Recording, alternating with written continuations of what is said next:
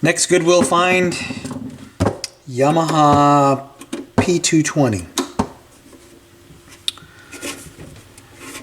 with broken hinges.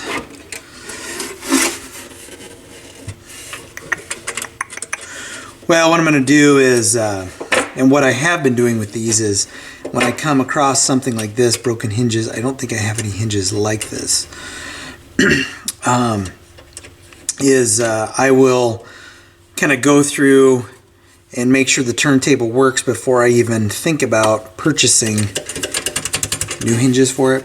And this is pretty common with this type of hinge. So this plastic, over time, it's either it becomes brittle or something happens. Now, since both of these are busted, I'm not sure exactly what happened, but the spring will break, right? It'll break this little plastic kind of outer covering there. So you end up getting like no spring, no springiness. Now, on a turntable like this, you know, this is not an expensive turntable, so do you put $40 into new hinges, or do you sell it as is and you just say, hey, the dust cover is broken, so when you listen to it, right, just pop the dust cover off, listen to it, put the dust cover back on. I mean, the dust cover really doesn't serve a purpose other than to protect the surface from dust when you're not listening. So do you really need it to work? A lot of new turntables, some old turntables, you just lift it off anyway. So anyway, I'm not sure what will be done with this. It comes with an Ortofon OMP5E. I'm not sure what type of cartridge that is, if it's a good one or a bad one.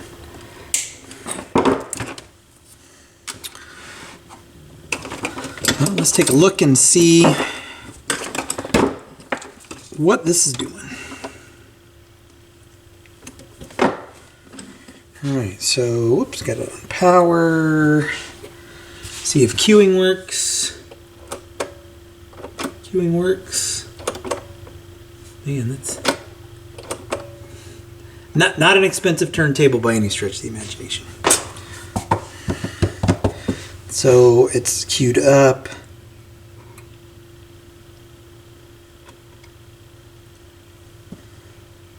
This is semi-auto, so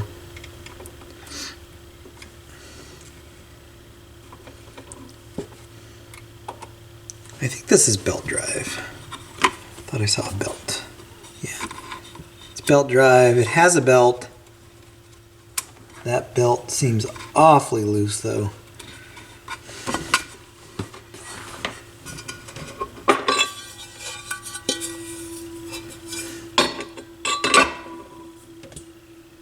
Yeah, I think that, no, I'm not sure if that belt is the right belt or not. I do have a bunch of belts, so I'm going to see if I can get one that's this size-ish, that's a little bit, a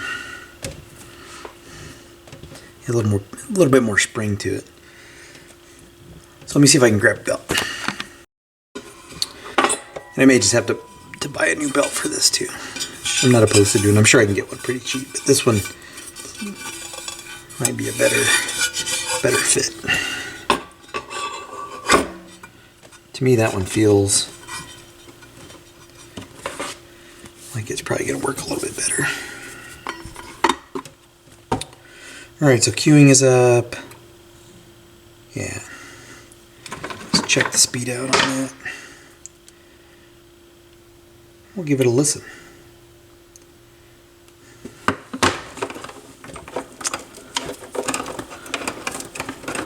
While my phone's doing its thing, I'll plug this in, throw on a test record. Then we'll go through whatever kind of service procedures I can do on this one.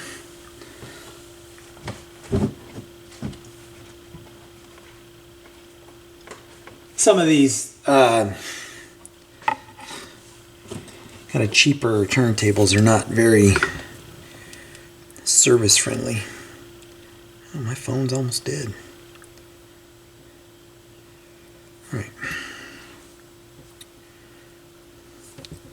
See what that speed looks like with that other belt on it. Oh, yeah. It's a little fast, 33.6, but I may be able to, there may be an adjustment, variable resistor somewhere down there.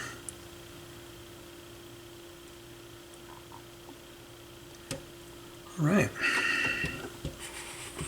Little jerky there, but let's give it a listen. Turn this off, this down, that's on phono. There's no hum, or not, there's no hum that's more than typical hum. I get sound. I'm only getting sound out of the left channel. I think the right may have been loose. Nope. Nope, so it sounds like I don't have a right channel.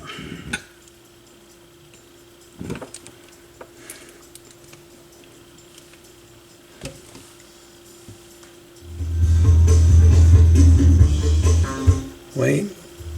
Oh, wait. So I may have some other problem in here. So when I switch the RCA cables, I'm still only getting a left channel. So the RCA cables on this are working. I may have some other issue here.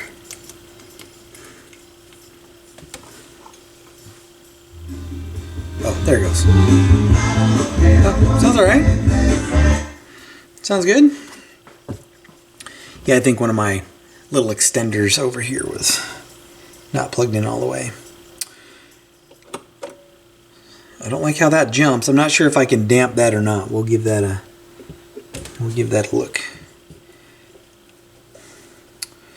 So what I'm going to do now that I've verified that it's working and it's probably worth getting into, I want to remove this head shell, which doesn't want to come out.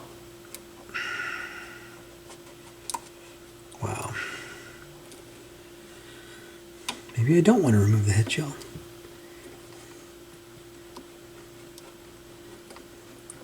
No. I don't want to break that. That's really sketchy plastic. And I don't want to break something, so we'll just lock the tone arm down.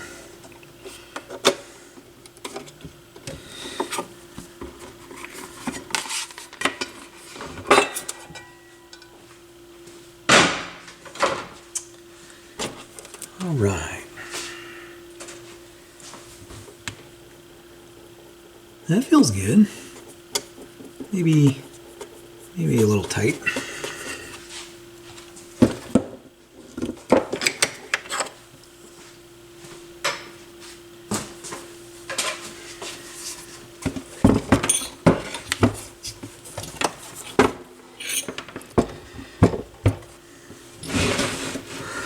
Well, so far of the Goodwill fine turntables, and this is something that I've known to be true as I've worked on so many turntables. Techniques, very repairable, very reliable for the most part. Yamaha's, very repairable turntables, yeah, very reliable as well. Pioneers, same. And then everything else has kind of been hit and miss. Now I do have a linear Pioneer that I'll be working on once I get a head shell for it. It's an L800. It's a kind of an oddball linear tracking turntable. But it has a proprietary head shell, so that's a Goodwill find. Hopefully I can find a part for that. But I still have, and I've probably done a dozen of these. Not all of them were on camera. I've done about a dozen of these, and I think I still have 20 more. Well, no, I've actually done, yeah, I've probably done 50, no, I probably did 20 turntables. And so far, all of them have been salvageable. There's one JVC that's like this, a very inexpensive one that's missing a foot, and it's missing a dust cover. That one may just be one that we give to somebody.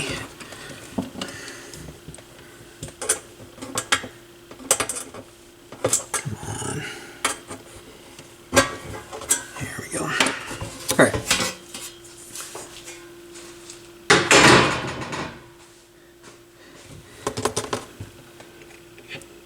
So let's take a look at the spindle first. And no speed controls to clean on this. So those are the variable resistors. VR1 and 2 for the speed.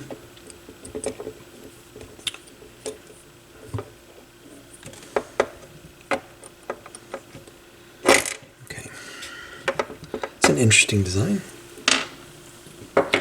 So I'm going to look to see if maybe there are no openings on the bottom to adjust those. So I think I'm probably going to opt to not mess with that. It's close enough.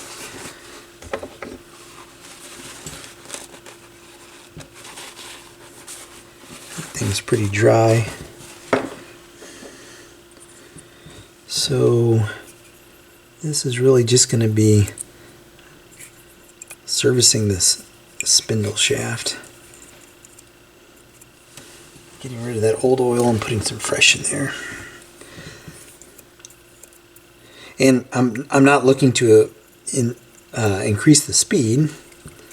I'm looking to get it to run a little more consistently. It looked like there was quite a bit of kind of herky-jerkiness to it. Some wow and flutter.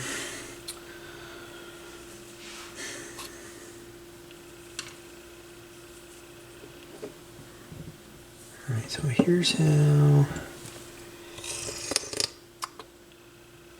There it is.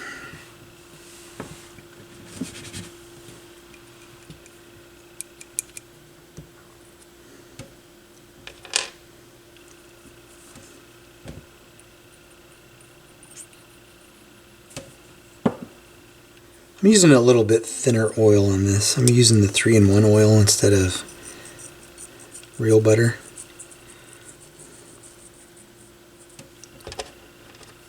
And that sat in there kind of like this.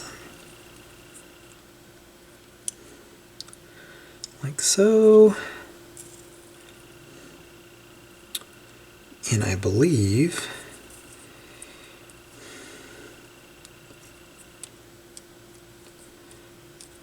so there's a C-clip, I think. No, the C-clip probably sits on top. That wouldn't make sense to me. That C-clip, I believe, goes... So this little piece of plastic sits in the grooves on here. I don't believe that C-clip is supposed to be riding on top. I don't know if you can see the C-clip there. I think that C-clip goes underneath. At least that's what I'm gonna do it. So I think it goes like this. Yeah. Oh yeah, that's much better.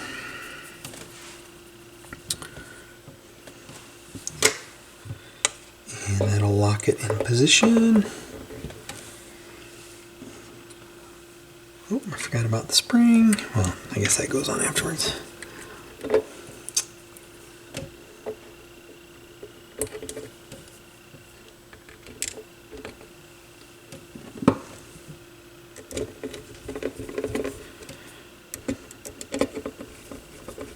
I may, if this increases the speed, I may adjust it.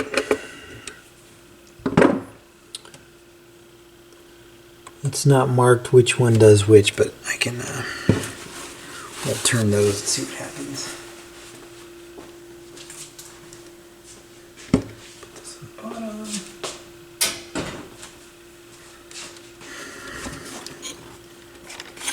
make sure to get that to where nothing's touching.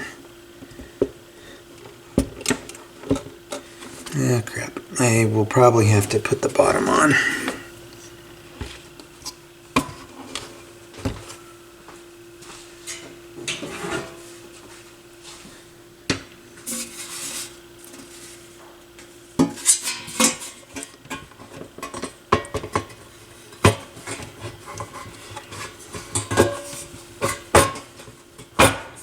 Yeah, there's no way to access those with the bottom on, so.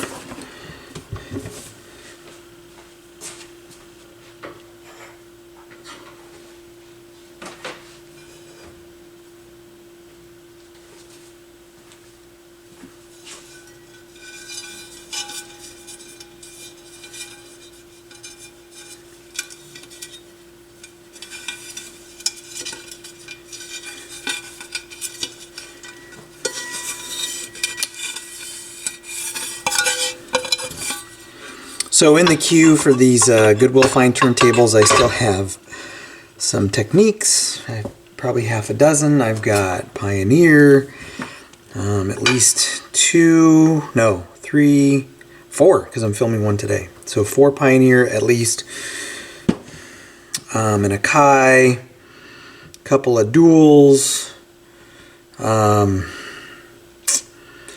of JVCs, maybe 2 or 3 JVCs. Seems like there's something else. I'm sure there's something else. Make sure that. Oh, gotta plug it in. Low battery. Yes, I know. I gotta charge it. All right, let's see what that does to speed. Oh, it's gonna auto return. Do your thing. Thank you.